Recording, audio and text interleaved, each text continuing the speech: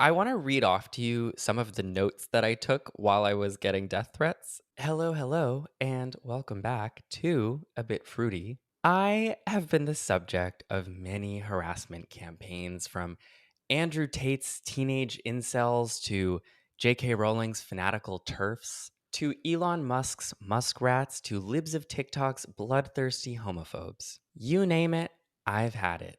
If there was a punch card for harassment campaigns, I would be getting my free drink by now. Thank you. I thought that was funny. What drink would it be? The very berry hibiscus because I'm a faggot. So I was surprised when, after all of that, the coordinated cruelty of a certain fandom could shock me just by its scale. I'm not talking about superfans of an aspiring American dictator or delusional conspiracy theorists on the hunt for an imaginary pedophile ring being run out of the basement of a pizza shop. No. I'm talking about fans of country darling turned pop superstar Taylor Swift. Rule number one of online mobs is that you should not feed into them when they're on your tail. So I know that by doing this, I am kicking a hornet's nest. Nonetheless, here we are. Today, we are going to be putting the cult in stan culture, asking questions like, why have some pop music superfans adopted the online harassment tactics of the far right? What can it tell us about the state of pop culture, the internet, and a worsening epidemic of loneliness? You could think of this episode as a companion to our last episode, which was about Chapel Roan and parasociality, except this time, instead of interrogating the relationship fans have with their favorite celebrities, we'll be exploring the relationship fans form with one another and the lengths they will go together to assert the dominance of a pop star quietly reaping the profits. To do that, we are joined today by Amanda Montell, host of the prolific podcast Sounds Like a Cult, and author of multiple books, including Cultish, The Language of Fanaticism, and her new book, The Age of Magical Overthinking. Amanda, welcome to the show. Hi, thank you so much for having me. We were just discussing before we started recording about how uncanny it can feel, but also really validating and satisfying when someone whose internet presence you are so intimately familiar with comes out as also being a follower of yours. It's an honor to be here, Matt.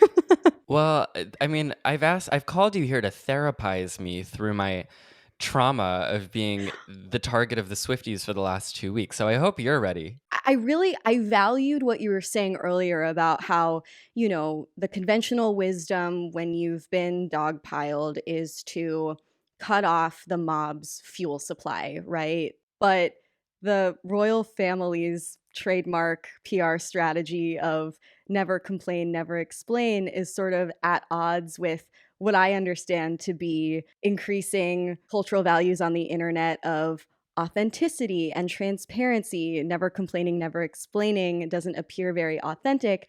But how could a person ever portray true transparency and authenticity on the internet when everyone is going to interpret your statements differently? Everyone is going to bring their own biases and backgrounds to your points of view. So it's really hard to know what to do. And ultimately, I really respect that you're just kind of going with your gut. And I feel I maybe naively confident that we'll be able to have this conversation in a way that I hope won't further fuel the fire.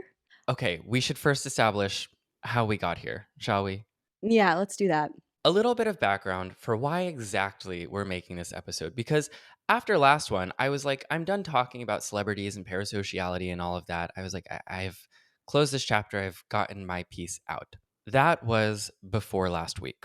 So if you haven't been following page 6 or the New York Post or something, Taylor Swift has a friend named Brittany Mahomes.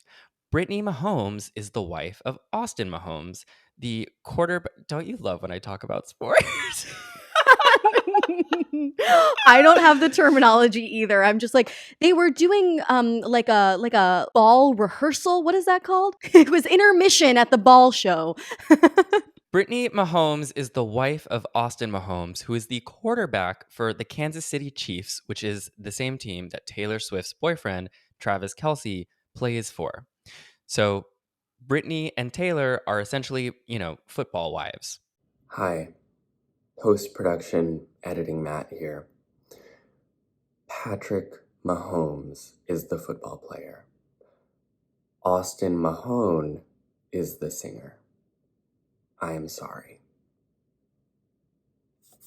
Britney got into a whole thing a few weeks ago where online she was liking some pro Donald Trump content, which got people on her ass, and then she basically doubled down, which was the way she chose to do this was really funny. I want to send you what she posted on her Instagram story amidst the backlash for her publicly supporting Donald Trump. Can I send you this? Please. So her response went like this: To be a hater as an adult, you have to have some deep rooted issues you refuse to heal from childhood.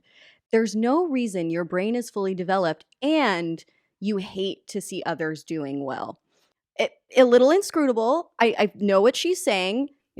I don't know. It could use a copy editor a little bit next time. But that was her response, which like at first blush and with no context, I'm like, yeah, no, honestly, like if Yeah. you're coming from a really unresourced place, you might be more likely to spread venom on the internet.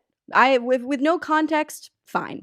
I just love the idea of like everyone who's criticizing me for like supporting an aspiring fascist dictator is a hater. Is a hater. This is the end game of like fuck the haters. I don't need to prove anything to anyone. I'm a girl boss. It's like, okay, yeah, all the haters and the losers.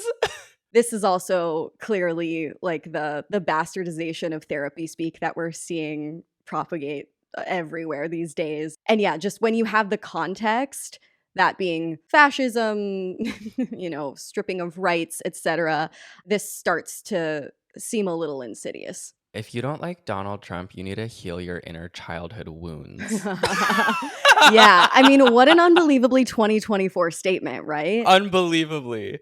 But so Donald Trump ultimately publicly thanks Brittany Mahomes on Truth Social. He posts, I want to thank beautiful Brittany Mahomes for so strongly defending me and the fact that MAGA is the greatest and most powerful political movement in the history of our now failing country. It's also, side note, I can never just stay on task, but it's so interesting how every time he like talks about a woman he likes, he always calls her beautiful. Tell me about it. Or even a woman that he doesn't like. I mean, watching him try to make sense of and work his way around Kamala Harris and her appearance and her speech and her identity Mm. and her in the debate, I found it really striking that he managed to like insult her in a gendered capacity, but also compliment her for seemingly sharing some MAGA principles in the same breath. She really throws him for a loop. Women throw Donald Trump for a loop. All this is happening amidst growing calls for Taylor Swift to say something about the election. Taylor Swift has famously, over the years, branded herself a feminist. She's branded herself a sort of figure unafraid to take political stances she deems correct and progressive, regardless of the blowback that she might receive. And amidst people's ongoing calls for her to basically endorse Kamala Harris for the election, which at this point she had not done, she is photographed at a Chiefs game in the crowd hugging Brittany Mahomes. This photograph of Taylor Swift hugging Brittany Mahomes got a ton of blowback from Swifties who had been hoping to see at this point some political statement by Taylor Swift, whether that be an endorsement of Kamala Harris, a comment, or perhaps sharing fundraisers for Palestine, any sort of comment about the rising tide of bigotry against queer people and trans people in the United States.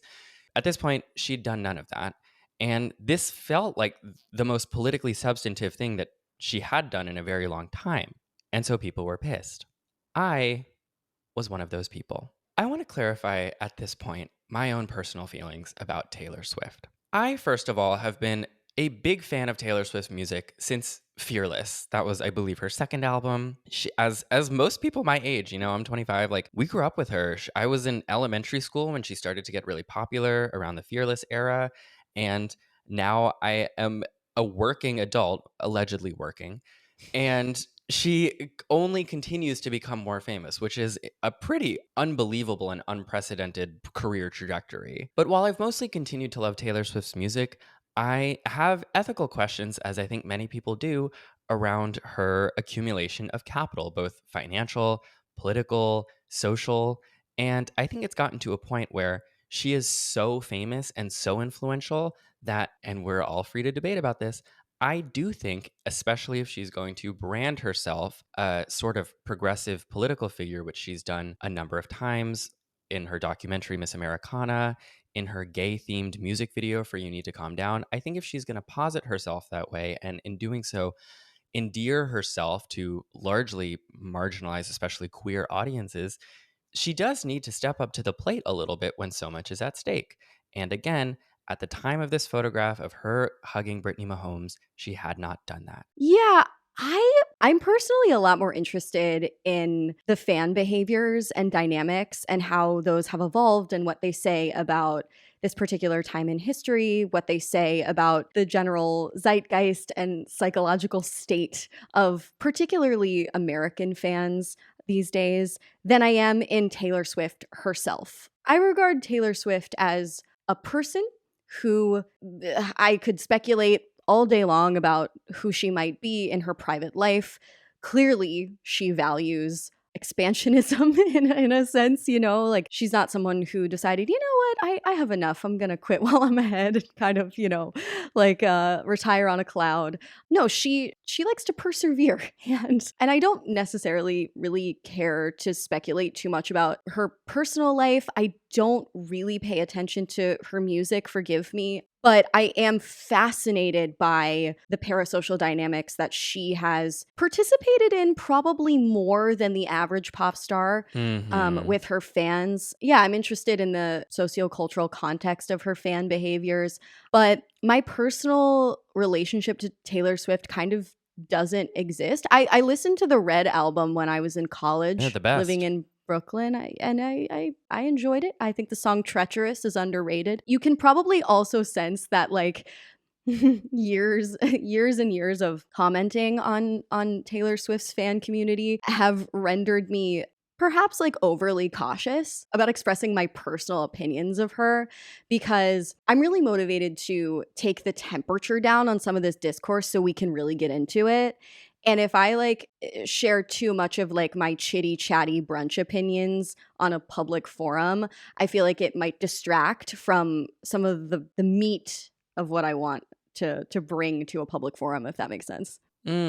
Totally, totally. So I think we can safely say neither of us are Swifties, nor are we anti Swifty. We are observing each side like a tennis match. Like a tennis match from the movie Challengers. We're looking at a lot of people and we're saying kiss. Yeah, exactly, exactly. So the photograph comes out. I tweet, perhaps naively, I don't expect a billionaire to lead the revolution or anything. I'm just confused as to why one would make a movie about standing up for what's right at any cost, only to literally never stand for anything again. Those were some fiery words coming out of me, and that was before I understood the wrath of the Swifties. Now, would I say the same thing again now? Probably, but I certainly learned a lesson here, and I'm still figuring out which lesson that was. So that tweet gets about 250,000 likes. And the initial response was some people agreed with me, some people disagreed with me, but that's Twitter. It wasn't until Taylor Swift did endorse Kamala Harris one day after I sent my tweet. And, you know, for the most part, people who were happy that she had done that moved on to other things, that the Swifties returned to my doorstep with a vengeance. Now is when I would like to read a collage of messages and mentions I received over a 2-day period. All right, here we go, kids. Strap in. Trigger warning also for everything. Trigger, if you have a trigger, you know, warning. Respectfully, here is a present rope emoji. She didn't speak up because a faggot told her so. Okay, wait. Also, sorry, something that's funny to mention is a lot of times because they know that writing faggot will sometimes, not always, thanks Elon Musk, but sometimes flag Twitter's community guidelines. So a lot of them they write faggot as like FA and then the goat emoji, which I actually think is hysterical. Next message. You hideous beast. When you die because of AIDS, we will be celebrating. Next message. You're a grown man with dick and balls. Grow up. I mean, that's true. I do have those things. All right, thank you. All right. All right, here's a string of tweets from 5 different people. Once again, you have made yourself look unintelligent. I hate an annoying, senseless twink. Next. Oh, so now you switch sides, you faggot? Next. Damn, you really can't pick a side other than bitch and moan, can you? Next. Count your fucking days, you stupid motherfucker. Next. Shut the fuck up. Next. It's always the horrible FA goat emoji. I really do. I appreciate the creativity. Next, where's the apology, you faggot? This time spelled FA990T. People like you make me wish for Trump's victory so he can take away your rights. Good luck rummaging through garbage bins with those shitty ass nails that you probably put in some other FA9's asshole. Next, hope you die like dice emoji of AIDS, you filthy FA goat emoji. Next, you did nothing but run your dumb twink mouth. Focus on your nails, not politics. This came from an adult gay man. Like what? With photos attached to his profile. That was shocking. Next, but I thought she was a coward 48 hours ago. She will make more impact than your F goat. That would just be like fagoat. Ever can in this election. And then finally, at this point, you're mentioning Taylor for the Twitter paycheck, which is funny because I am not subscribed to Twitter Blue. I do not give Elon Musk any of my own money, and I am not making a cent from my tweets on Twitter, no matter how viral they go. So I am not mentioning Taylor for a paycheck, but thank you at Pepsi Romantics. Amanda, what's your hot take? I mean, I'm just like so sorry. Oh, I'm fine. Come on. I'm No, I fine. know it's not because for most people, like receiving a message like that would send you into fight or flight. You know, it can Yeah. feel really threatening and really dangerous, even if those people would never dream of interacting with you in person like that. And I have to believe that most of them wouldn't. It feels really scary, and I deal with internet confrontation that I feel is unjustified. I'm still not good at it, and I still feel like I'm pretty sort of doily skinned. Well, it reminds me of that hat or t-shirt or whatever, or perhaps a meme that just says like, "Don't you dare come for me, I will cry." My response is more like that t-shirt that says, "Don't bully me, I'll come." I will say, I did a little bit of analysis in real time as this was happening on Twitter, and someone wrote to me saying, I know that analyzing this from sort of a bird's eye view perspective can help deal with the pain while it's happening and distance yourself from the pain. And I realized that with this podcast, that's a little bit of what I'm doing, analyzing why these people told me to die of AIDS and how they'll celebrate it. It is a little bit easier to metabolize that through the lens of like analysis. I totally agree. That's the only thing that's gotten me through moments when I felt really misunderstood or like I was going through something incredibly painful and unnecessary having to do with the internet. Developing a sense of curiosity about why they're acting this way, why my brain is responding in this manner. It really does help.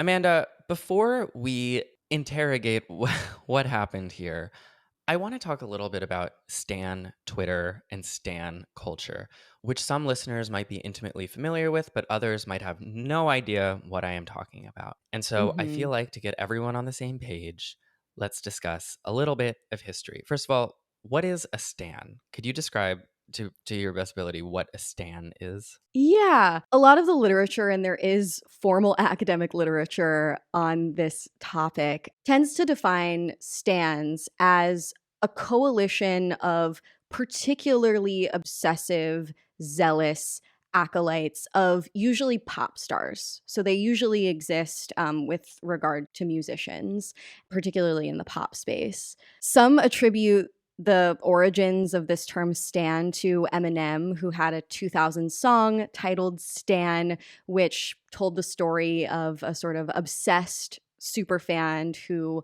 lost his mind when his idol wouldn't answer his fan letters.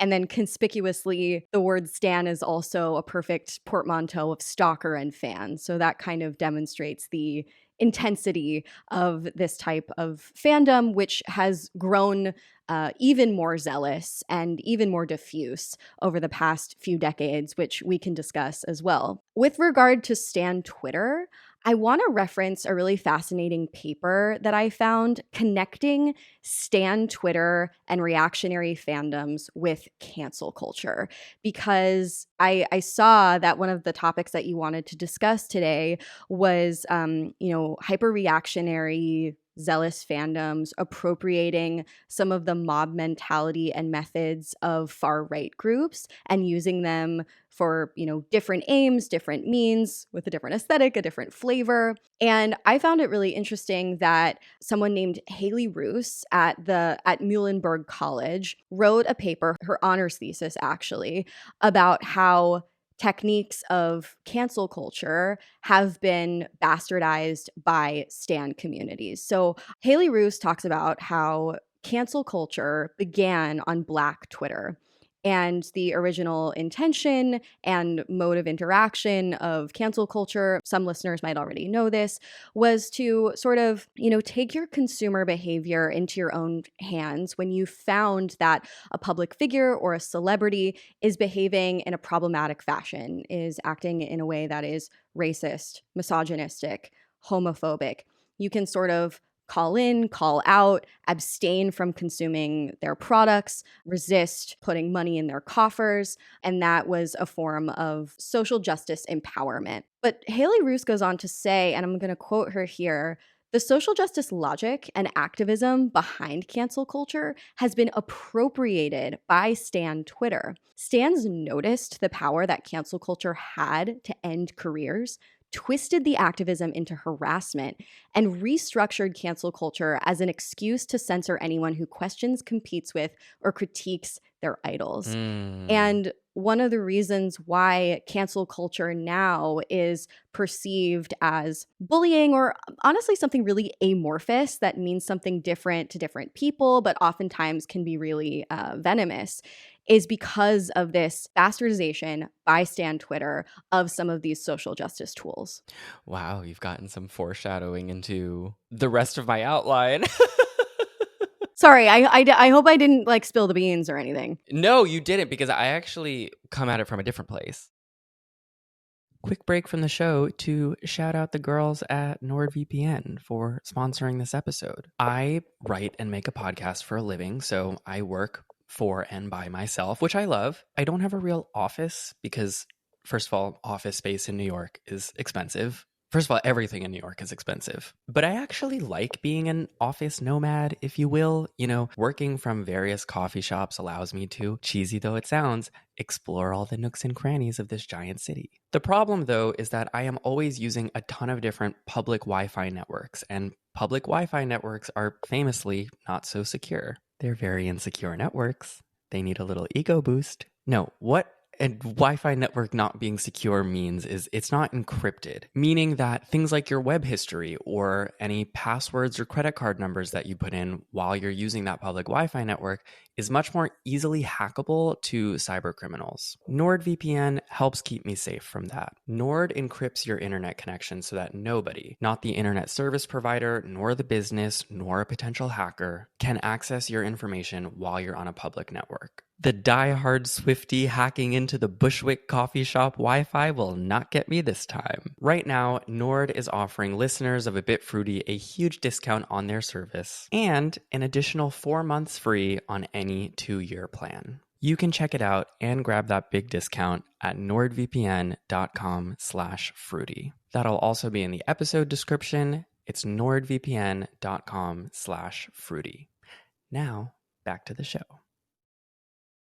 I want to do a teeny tiny bit of Stan history, because standom is not new, right? Like, superfans of different musicians have existed and have acted out for a long time. You might recall John Lennon was killed by a Beatles fan who was increasingly jealous of the Beatles' fame and wanted it for himself. Selena Quintanilla was killed by the president of her own fan club. Joe Coscarelli wrote this interesting piece in the New York Times where he explained that Fandom before the internet was generally relegated to concerts and like isolated in-person meetups between fans. It was competitive, not in like my fandom should be better than your fandom and we can get more streams on our song than you can on your artist's song. But it was more of just about like within the fandom, like I've been to 10 concerts and you've only been to 8. Kind of innocuous shit like that. And he points out that American Idol was really like a symbolic turning point in the culture where fans could vote for their favorite artist to succeed or fail. And then that the availability of streaming analytics on places like Spotify or Apple Music turned music fandom into this inner community competition. I'm going to get Miley Cyrus's song to outstream the Lady Gaga songs that like the Miley stands can like beat out the little monsters or whatever. In 2010s, we see the real introduction online of what would become stan culture. Justin Bieber had his Beliebers, Nicki Minaj has the Barbs, Ariana Grande has Arianators, Beyonce has the Beehive, Taylor Swift has Swifties, and it turns into this sort of like evangelical Twitter based movement. What's interesting too is that you mentioned that Stan comes from the 2000 song by Eminem called Stan. And the thing about Stan was it was a cautionary tale. Hmm. Stan was a super fan of Eminem who grew so angry with the fact that Eminem wasn't returning his letters that he locked his pregnant wife in the trunk of his car and drove off a bridge. Stan is a pejorative when Eminem uses it, but it's been sort of twisted into like, I stan you so hard. It's now like a competition of who can be the biggest stan. Stan Twitter today has hundreds of thousands of stan accounts, almost all anonymously run, usually with profile pictures of their favorite pop stars. Joe Coscarelli, again, explained it best. He wrote, on what is known as Stan Twitter, these devotees compare number ones in streaming statistics like sports fans do. Voice crack. Like sports fans do to battling. I can't talk about fucking sports. Like sports fans do batting averages, championship wins, and shooting percentages. They pledge allegiance to their favorites like the most rabid political partisans or religious followers. They organize to win awards, show polls, boost sales, and raise money like grassroots activists. And they band together to pester or harass or even dox those who may dare to slight the stars they have chosen to align themselves with. Last thing I want to say about Stan Twitter is their two main news sources on Stan Twitter, their CNN and New York Times, are called Pop Crave and Pop Base, with 1.8 million and 1.6 million followers, respectively. These are two huge Twitter accounts that basically just report on the comings and goings of different celebrities, whether they release music or appeared in a paparazzi photo. You may have heard the lingo Taylor Swift stuns in new photo, but these accounts have gotten so big that they're now getting invited to the DNC. Both Pop Crave and Pop Base were on the ground at the DNC. Think Kamala stuns in new photo. I also want to mention you can be a huge fan or scholar. You can have an extreme admiration for a celebrity without being a stan. You know, people who write books or make documentaries about people like Michael Jackson or Madonna, or, drag queens who base their entire career around impersonating a specific celebrity like Cher. That's not necessarily standom. The thing I think where fandom tips into standom is when your interest or adoration for an artist becomes a parasocial obsession. Totally. That's totally fair. And it prompts me to want to cite some research that attempted to quantify certain categories of celebrity worship or fandom to paint a clearer picture. The first chapter in my newest book, which is called The Age of Magical Overthinking, is called Are You My Mother, Taylor Swift? And I guess that's one of the reasons why I'm here today, because since, long before this election season, as you mentioned, Taylor Swift's level of influence and level of capital only continue to skyrocket. I was really inspired to ask the question of like what culturally and psychologically is responsible for these extreme cycles of celebrity worship and dethronement that we're seeing right now. And I came to some answers that felt pretty satisfying. And a bit of foreshadowing here is that in a way, they have to do with, our relationship to religion and worship in the United States, the conflation of celebrity with religious authority, political authority, business authority. They also have to do with, emotional resources that are being fulfilled or not in our personal lives, communities, families. Mm. But I want to talk about that spectrum of standom. First of all, I want to say that celebrity worship has materially increased over the past few decades. So in 2019, there was this one Japanese study that found that about 30% of adolescents aspire to emulate a media figure like their favorite singer or athlete. Another study published a couple years later in the North American Journal of Psychology found that celebrity worship had increased dramatically since 2 decades prior. I'm sure you've seen statistics talking about how like vast majorities of young people, middle school age, aspire to be YouTubers more than astronauts Hmm. or teachers. So to your point, fandom falls along a spectrum. Not every fan is a stan. And the spectrum can go from healthy admiration to pathological mania. There are absolutely benefits to worshiping, I guess, maybe a celebrity in a well-calibrated way.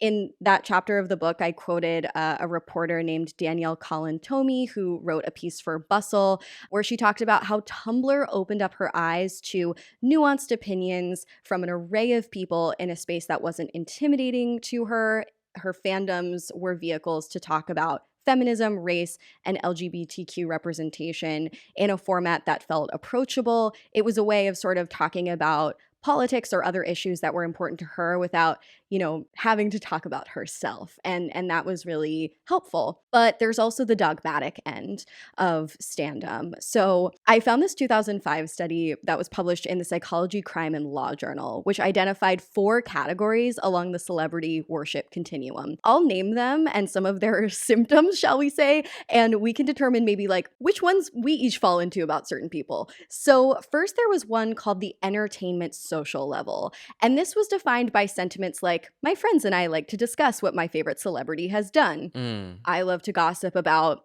the likes of Jojo Siwa, etc. I would say I can squarely fall into the entertainment social level. And then there was another category called intense personal, the intense personal feelings category. And this was classified by statements like, I have frequent thoughts about my favorite celebrity even when I don't want to. So we're inching along the spectrum, but this is maybe still not quite a stan. Me with Britney Spears. Yeah, you're just like falling asleep thinking about her even when you don't want to. I'm like hitting myself in the head. I'm like, make the thoughts go away, but it can't stop. Well, and we can talk about how to get yourself out of a thought spiral surrounding Britney Spears or anything else later. Cognitive behavioral therapy for Britney Spears obsession. I think there's a real market for that, and Totally. we can explore, endorsing such a thing. Yes, this episode is sponsored by my new app, which offers discounted cognitive behavioral therapy for stans. That's becoming a more and more important thing. So the third category was called borderline pathological, and this level was characterized by delusional thoughts, including my favorite celebrity and I have our own codes so we can communicate with each other secretly. This might remind Mm. you of certain fandoms ranging from, QAnon type Q drops to Easter eggs, if I may say so. I'm not naming anyone. They can't yell at me if I don't say it by name. This category was also defined by certain implausible expectations, such as if I walked through the door of my favorite celebrity's home without an invitation, they would be happy to see me. So now we're talking about that parasocial separation of reality and fiction that you were alluding to. Another sentiment expressed by this category was self-sacrifice. So sentiments there included, I would gladly die in order to save the life of my favorite celebrity. There was a fourth category as well, labeled deleterious imitation. And these fans expressed a willingness to engage in illegal behaviors on behalf of their fave. So they would say things like, or they would agree with sentiments such as, if I were lucky enough to meet my favorite celebrity and they asked me to do something illegal as a favor, like January 6th, I would probably do it. I'm like gripping the sides of my chair. This is like so horrifying. Yeah, no, it is, especially because these behaviors are increasing in a measurable capacity.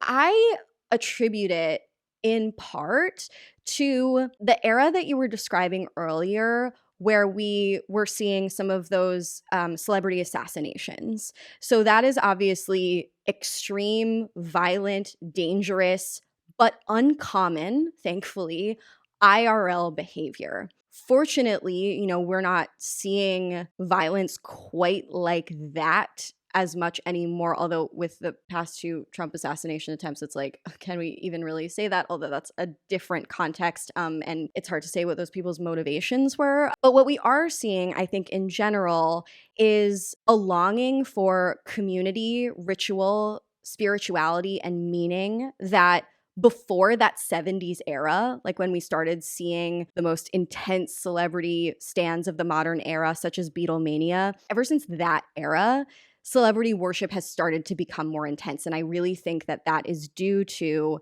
the sort of exodus, if you will, away from mainstream religion in the United States and away from, trust in the mainstream government. There's a wonderful piece, an op-ed that the writer Jessica Gross wrote for the New York Times, and it's titled something like, when did we start taking celebrities seriously? And in that New York Times piece, she reported that in 1958, about 3/4 of Americans, quote, trusted the federal government to do the right thing almost always or most of the time. That was according to Pew Research.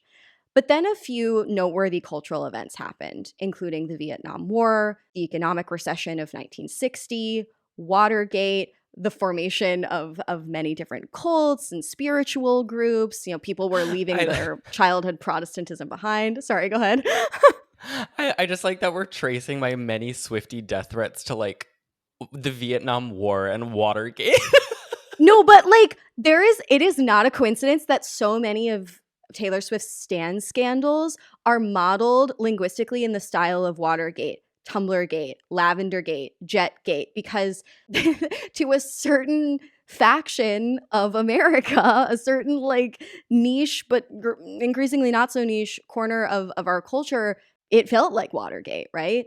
That controversy gate is a form of internet slang now, but it comes from somewhere and it's not a coincidence. So by 1980, only about a quarter of US citizens trusted the government to do the right thing anymore. But that didn't mean that we didn't need and want a different kind of public paragon to suggest that they could save us.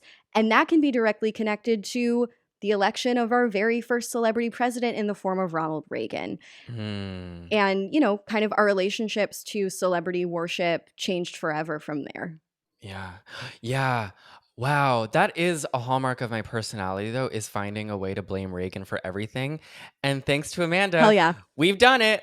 Yep. Oh my God, 100%. We can blame Reagan for everything, including this. But it's telling, I think, that at first ironically and then earnestly, and we can talk about the ironic to earnest pipeline. We are now seeing prayer candles emblazoned with the images of Taylor Swift, Harry Styles, Saint Dolly.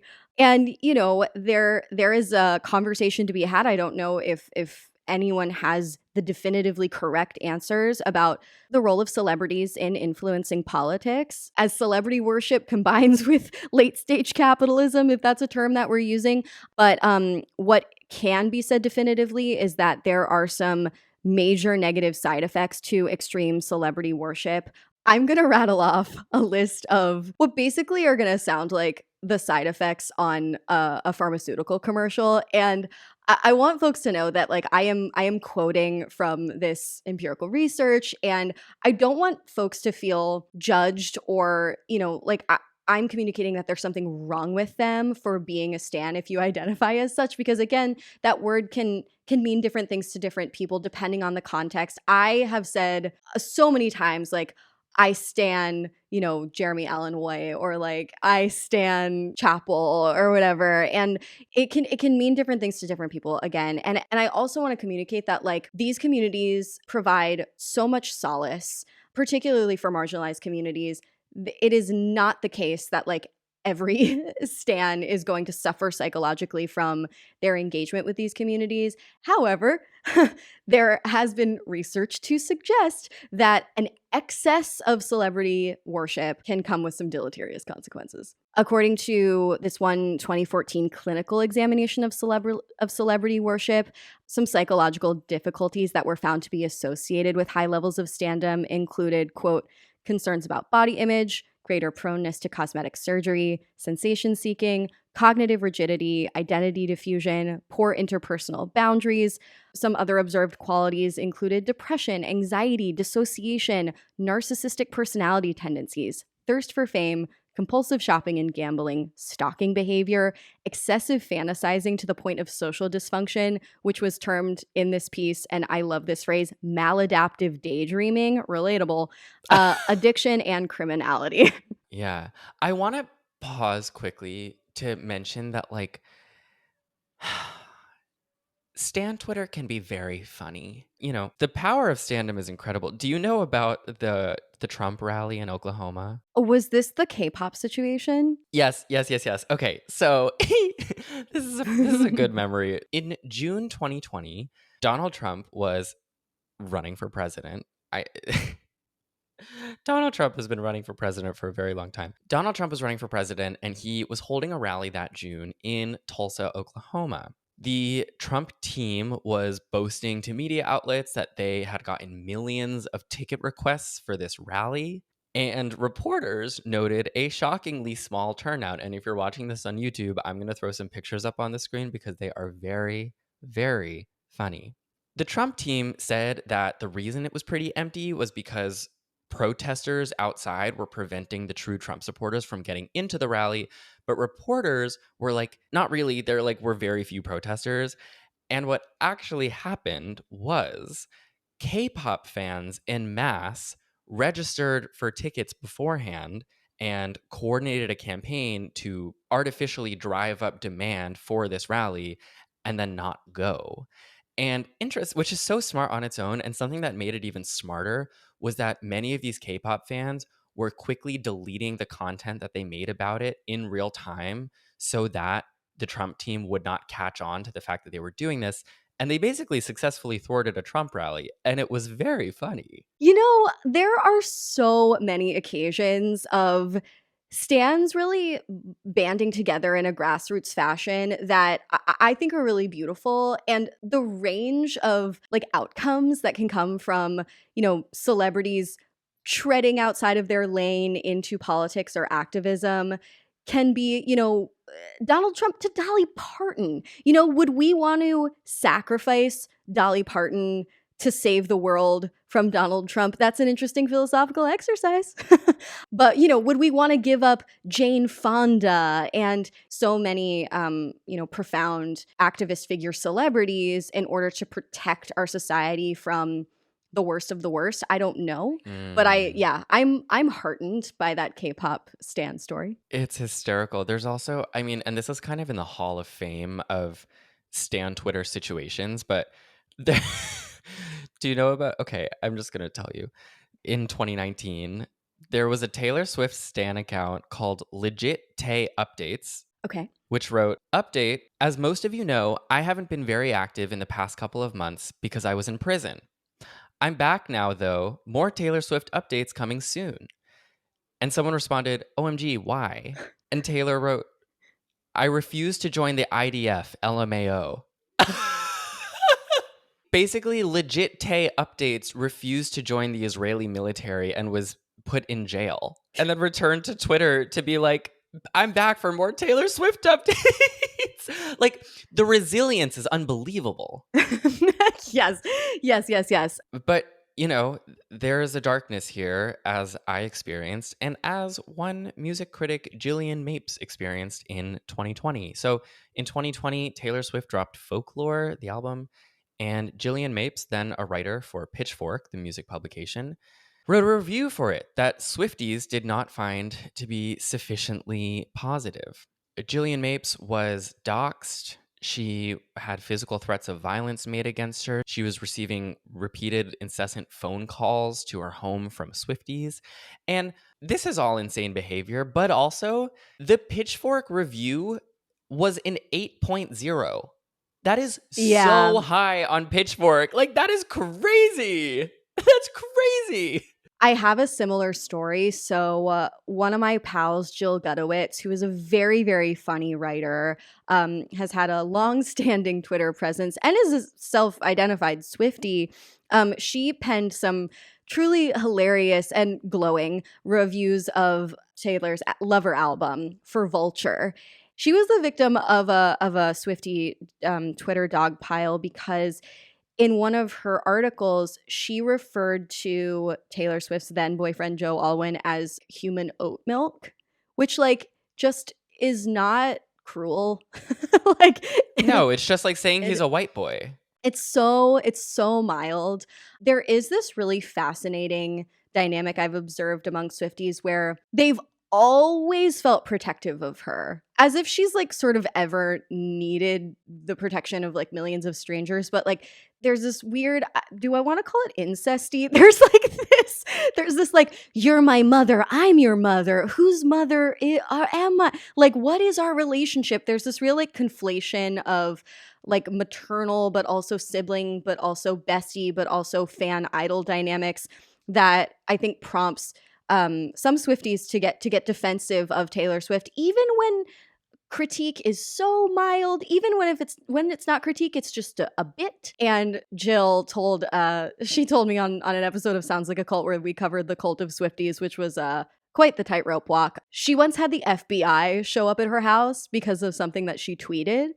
But the FBI clears you when they determine that this is no longer a problem. She was never proverbially cleared by the Swifties. And so it is fascinating to me how Swifties will even sort of come after their own. They'll even come after Taylor Swift if she violates some standard of mothering that they've set for her. So it's all fascinating. Well, to your point, I mean, something that I think, and I think this is kind of unique to the Taylor Swift fandom, is that they can kind of infantilize her as someone who Hmm. would disintegrate at the tiniest bit of criticism. Like, I think the criticism I wrote of Taylor Swift for her lack of political action was pretty tame. And yet, for days, I was receiving hundreds of messages from Swifties about how I was bullying her, Right, right. while these same people are telling me to kill myself. Yeah, no, it's sort of ironic to put it mildly. It reminds me of when there was all that discourse during the pandemic where people were complaining that the term Karen was a slur. If Karen is a slur, then yeah, you critiquing Taylor Swift's politics is bullying, which is to say neither are the case.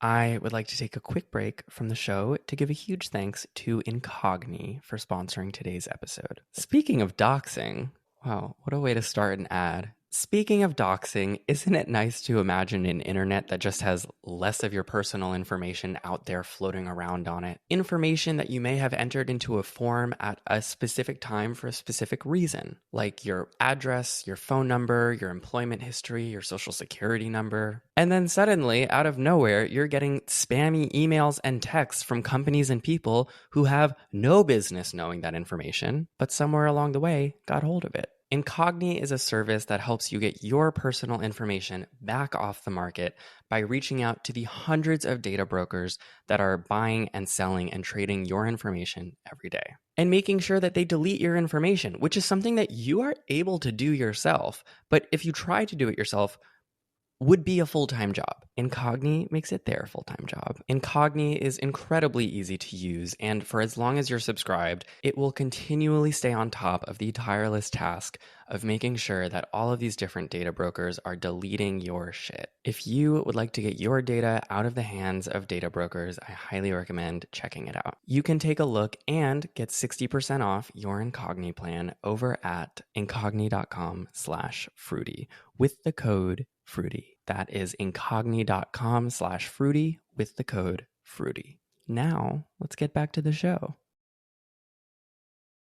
I want to talk about an important through line between Gamergate and Stan Twitter and the tactics of Stan Twitter that, again, Joe Coscarelli identified in the New York Times. Gamergate, I've talked about it a little bit on this podcast in various episodes, but basically the TLDR is it was a coordinated, loosely coordinated 2014 harassment campaign, mostly by very online young white gamers. Oh, my favorite demo.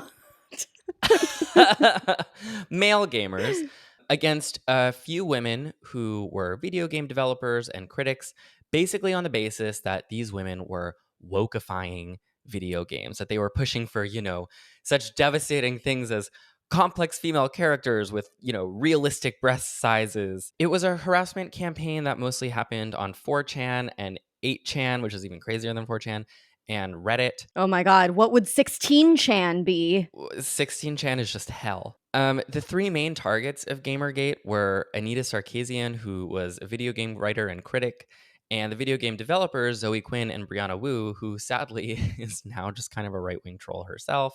But they were all doxxed. They received death threats and rape threats for months, and in some cases, years. What's interesting is you're probably hearing this right now and being like, okay, this just happens every single day. And you would be correct. This became basically the textbook of internet harassment adopted by not only Stan Twitter, but other fandoms, including those of Andrew Tate and accounts like Libs of TikTok, who just does this every single day to like random gay and trans teachers. And now accounts like Stop underscore anti-Semitism, which also every day just doxes like random Palestinian people for like having a pro-Palestine pin or something, and then like being like, we have to get this flight attendant fired for being anti-Semitic. It's like this is just and directing their thousands of followers to find the person's address and harass them into oblivion. The Gamergate through line is an interesting one because what I felt when I was getting all of these messages from Swifties telling me to like get AIDS and die, etc., etc., you're just a faggot, da da da da da, like what, whatever, what hasn't been said to me. These mirrored the exact messages that I received from thousands and thousands of 13-year-old straight white male Andrew Tate fans when I had a little tiff with him in 2022. Hey, guys, you better fucking relax what you're fucking saying, you fucking goose. Fucking gay cunt talking about Andrew Tate like that. Look at you, bro. You're a gay cunt, man. Go fucking die, bro. These are largely the identical messages to those that I received from avid fans of J.K. Rowling for her turf stuff, not her Harry Potter stuff. These are identical to the messages that I get anytime I criticize Elon Musk from all of his, crypto bros. The Stan Twitter playbook mirrors the reactionary celebrity right-wing fandom playbook. That insight, that I quickly identified while it was happening. I was like, oh, if I cover the username and it's not like Taylor Swift updates 13, like this could easily have come from like Andrew Tate is my daddy 13. And I would not know because the Yeah. messages are the same. Yeah, I think it speaks a lot about what kind of language is normalized on certain platforms. Mercifully, I am not on Twitter. I tried to tweet a couple times throughout my life. You're going to live longer than me. Someone has to be conducting some kind of really longitudinal study about lifespan and Twitter use. I would love to see those receipts.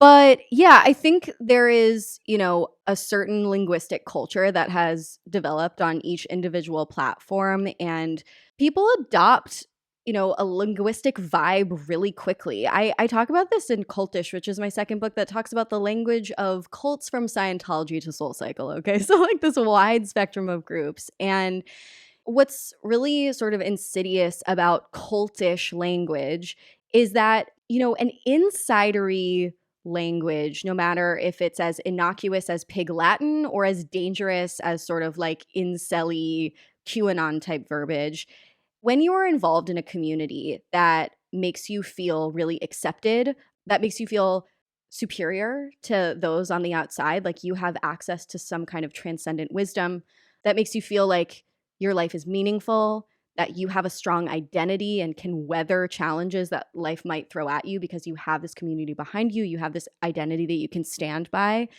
The language that they use, even if it's really violent, is the first thing you're going to pick up because language is invisible and seemingly commitment free.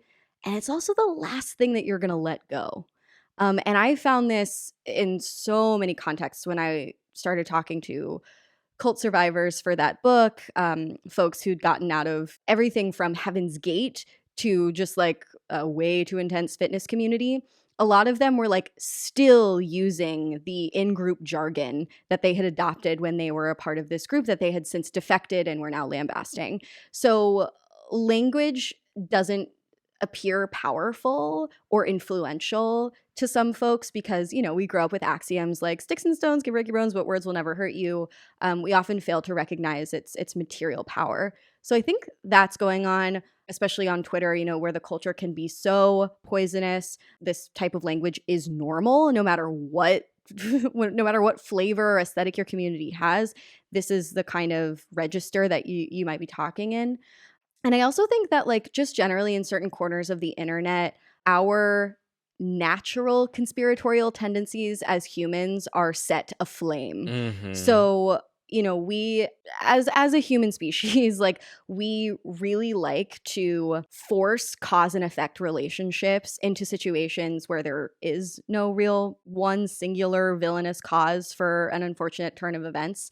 Sometimes it happened because of complex array of events, or it just happened because of random misfortune. But we don't like that as human beings because it makes the world feel chaotic and unmanageable. So in certain fan communities, stan communities, really toxic ones like Andrew Tate, but now it seems like also Swifties, there's a reason why like Q drops and Taylor Swift Easter eggs can seem sort of analogous because there's a conspiratorialism underneath it all. It is that same parasocial thing of like she or he or whoever is leaving messages for me that only I can read.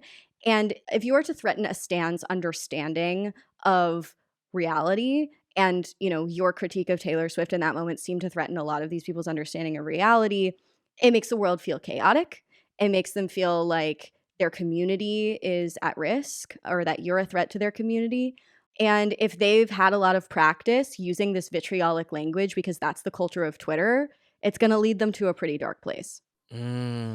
Well, I mean, that segues perfectly into the next part of my outline, which I called Standing as a Religion. I want to read off to you some of the notes that I took while I was getting death threats.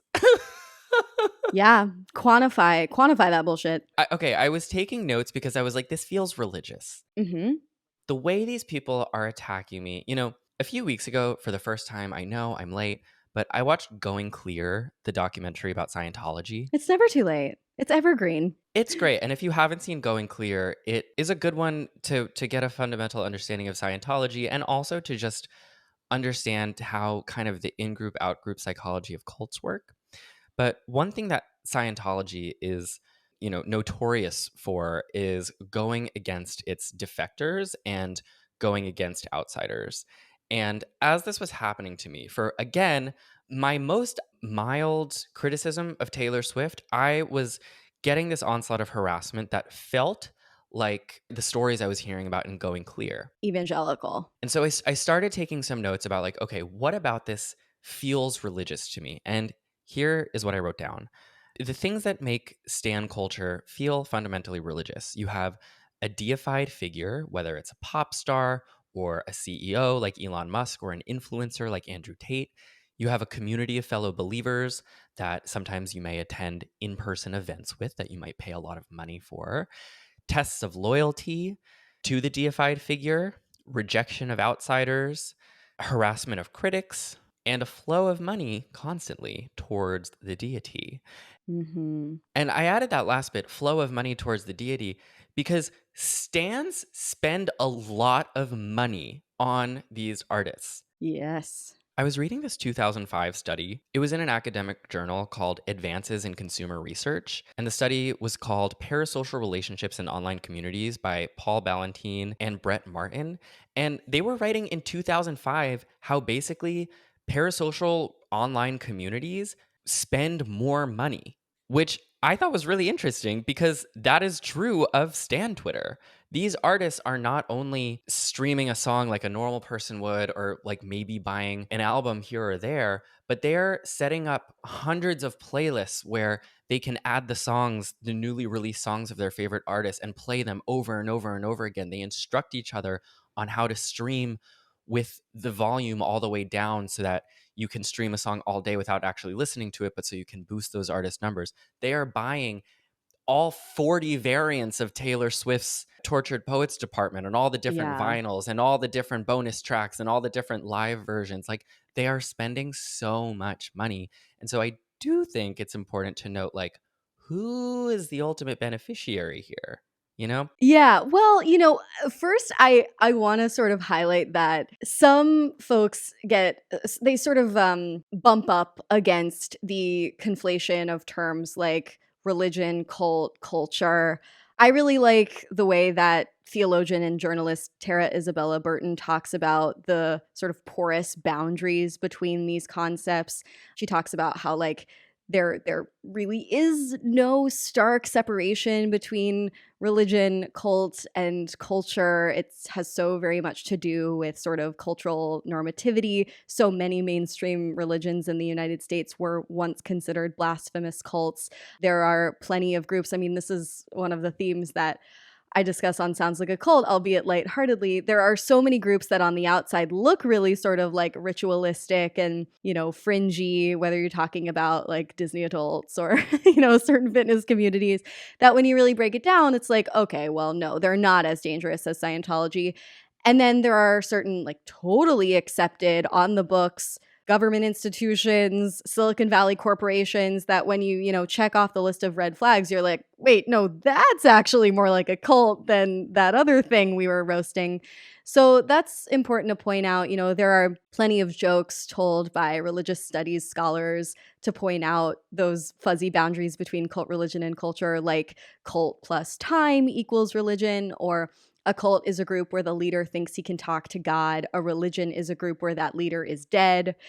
Now, we as a society are becoming less traditionally religious, but we are not becoming less ritualistic, zealous. Obviously, the internet carves out a space for us to be ritualistic and zealous in a new way. When I observe hardcore Swiftie behaviors, it absolutely feels culty, religious-esque, however, whatever sort of equivocal language you may or may not want to use, because Taylor Swift has fully participated in creating a sort of, Bible-esque body of lyrics that people pick apart like verses and interpret and lead their lives by. She's created a cinematic universe of aesthetics, and it is no coincidence that people use language like mother to refer to her. Now, using terms like mother or, daddy or even aunt to refer to celebrities does have its roots in ballroom culture, where you would have, your chosen family, your mother, in communities where the family you were born into might not have been able to provide the parenting or mothering or sort of familial support that was necessary.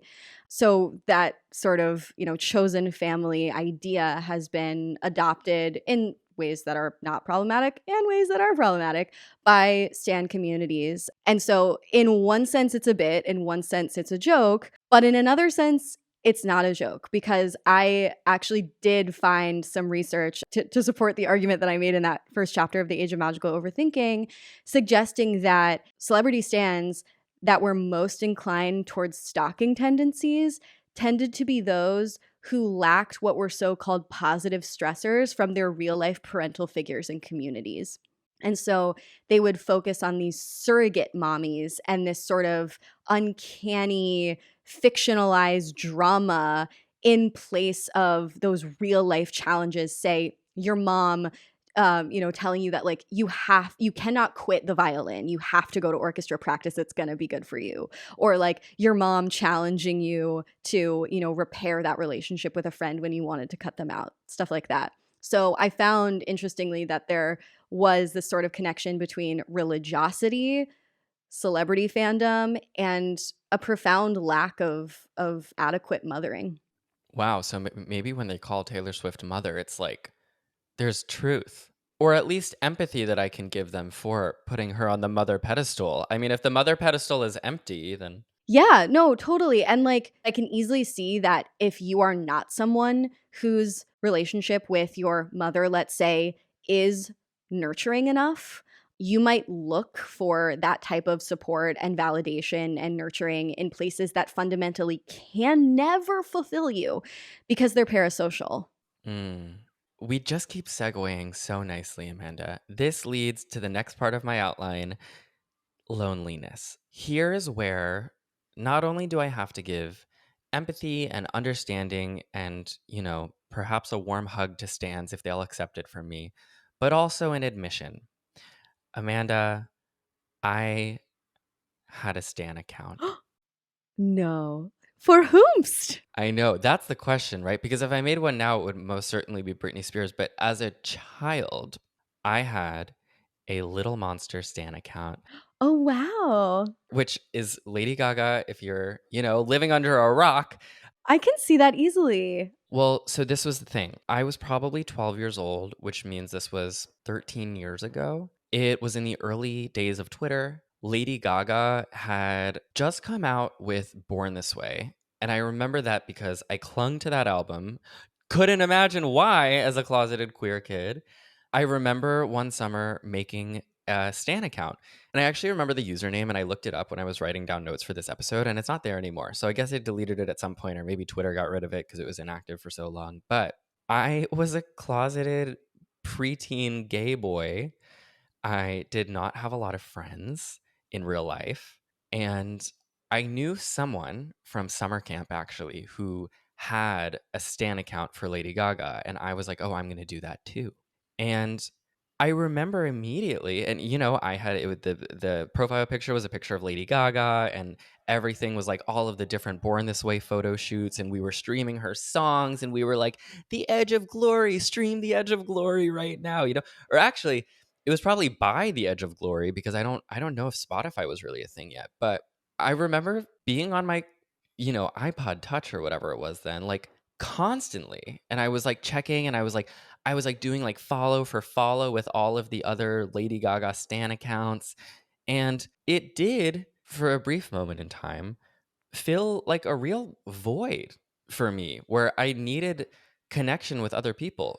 And I wasn't getting that because I didn't, because people were not nice to me at Yeah. school. So I want to mention here too that like I think it's hard to ever know exactly who's behind all of these stan accounts, but I think it's safe to say that a lot of them are young queer people. Who else famously obsesses over pop stars in this way? I think the loneliness I felt as a preteen, like I'm not envious of people that age now because I think loneliness has only gotten worse, especially since 2020. I was reading a piece by Nicole Cardis in Salon. She wrote, according to the May 2021 American Perspective Survey, Americans have fewer close friendships than they did in the past. They talk to their friends less than before, and they rely less on their friends for support.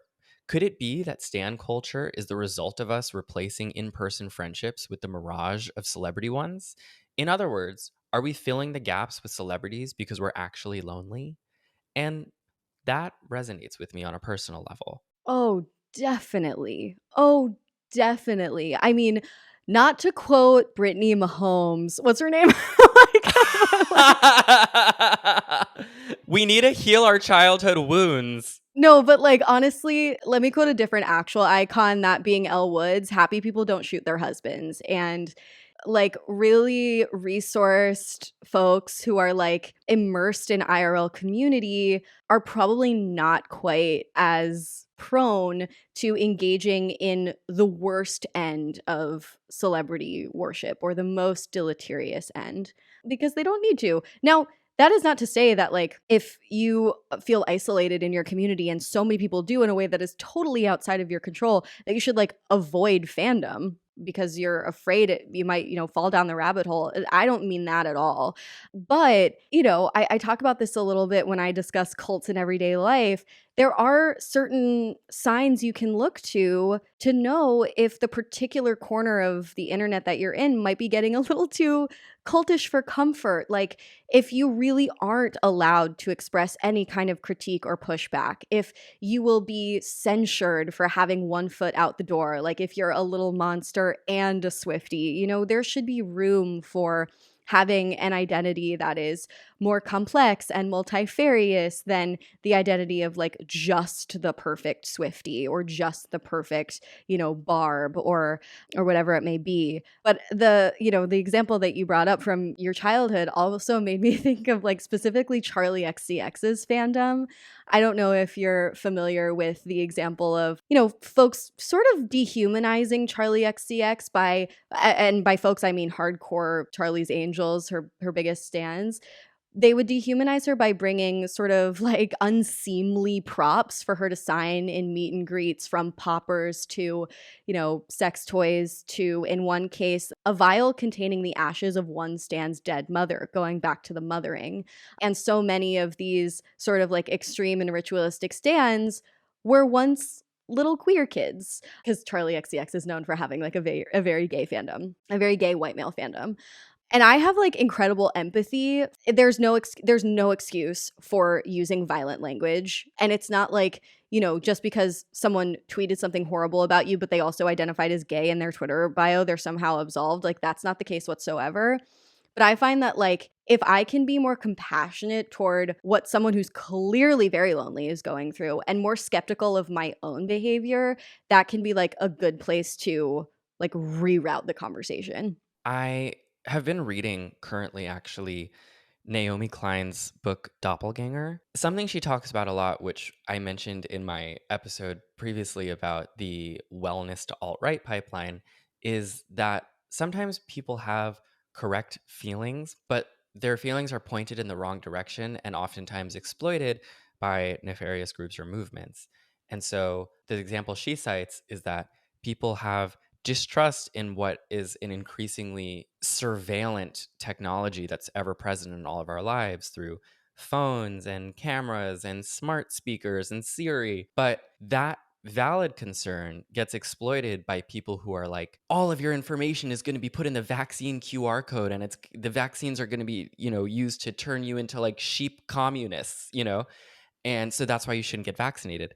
Yeah, and it is kind of a distinctly American thing too, I will say, because we happen to be an exception among wealthy nations in that, you know, despite having so much money in the American coffer, we don't have adequate social support systems in almost any way. You know, and that's becoming increasingly true when I think about, you know, the barriers to accessing healthcare to women and to queer folks. It's increasingly valid to mistrust the powers that be, which is also a phrase that the crunchy to alt-right pipeline has weaponized. It is increasingly valid to mistrust them. And because we have this like every man for himself, bootstrap your way to success, no one's going to help you but you, general American attitude, that like paves the way for potentially ill-intentioned figures to come in and be like, the government's not going to save you, I will. And I think like what distinguishes a fan community from, say, an Andrew Tate style community is because like Andrew Tate would be the cult leader, right? Like, he's actively participating and egging his followers on in a material and direct and violent way. Taylor Swift is such a little mystery. Like, it's always hard to tell exactly how much she's purposefully egging on her fans. And that's like, I would call it a beige flag. But it is different. It is different from, you know, the groups where there is one singular charismatic leader, so to speak. Yeah, it definitely is. It definitely is. I guess in conclusion, I have empathy for the stands. Wish death on me though they may. I have empathy for them, and I want something good, something fun, something productive for them. Where do we go from here? Oh gosh. I really wish I had some super pithy piece of wisdom to leave us all with. I don't know. I mean, unfortunately, I learned while researching the age of magical overthinking that it is really, really hard to change other people's minds due to all of the cognitive biases each of us have at play in there. In fact, one of the most disheartening stats that I learned while researching the book was that even an increase in science literacy does not help people become savvier at distinguishing real facts. It just helps people become better at using science to defend their existing beliefs. So, like, it's a little chalked, but I just keep coming back to this sentiment that we're actually much better at changing our own minds. And if we can kind of like lead by example with self-skepticism and, sort of, yeah, I guess like taking steps like this, not to be, as sort of like tribalistic as we might feel pushed to be by people who are like positioning us as enemies. If we can extend empathy, if we can open up conversations, that's the only thing that's been able to help me get through this particularly culty time. I could leave with this sentiment. So on Sounds Like a Cult, we categorize every cult of the week as either a live your life, a watch your back, or a get the fuck out. So like, I remember, spoiler alert, we said that Trader Joe's was a live your life. Purity rings were a get the fuck out. There are a lot of different types of watch your backs, from like Soul Cycle to like theater kids. And I would call Swifties a hardcore watch your back. Yeah, I would say it's sort of like a watch your back sun, a watch your back moon, and a get the fuck out rising. So maybe I would say it's a watch your back sun, it's a live your life moon, and it's a get the fuck out rising. So it's a combination of all three. And if we can have a sense of levity about that, it'll also help us get through. There we go. The astrological warning signs of being a Swiftie. Thank you so much, Amanda Montel. Thank you so much. Amanda Montel, thank you so much for being here today. Where can people get more of you, get more into cults ? Thank you so much. This was a total honor and a pleasure, and I'm just so impressed by what you do at this show. So if folks want to keep up with me, my books are available wherever books are sold. My most recent one is called The Age of Magical Overthinking, and I talk more about celebrity worship in there. And I also have 2 podcasts called Sounds Like a Cult and Magical Overthinkers. Sounds Like a Cult comes out wherever you find podcasts on Tuesdays, and Magical Overthinkers comes out every other Wednesday. And if you have made it this far and are about to, I don't know, message me some new creative way to kill myself that people have not yet discovered, then go with God. I can take it. I wish the best for you. And if Taylor Swift is the Messiah, I hope she's coming soon to save us all from the hell that we're living through. I have nothing else to say. I have nothing else to say after this experience. I love you all. Thank you so much for being here. If you liked the show, I don't know, send it to your Swiftie cousin or don't. I don't know. I'm going to run in the other direction for now. I'm going to lock my doors and shut my windows. And until next time, stay fruity.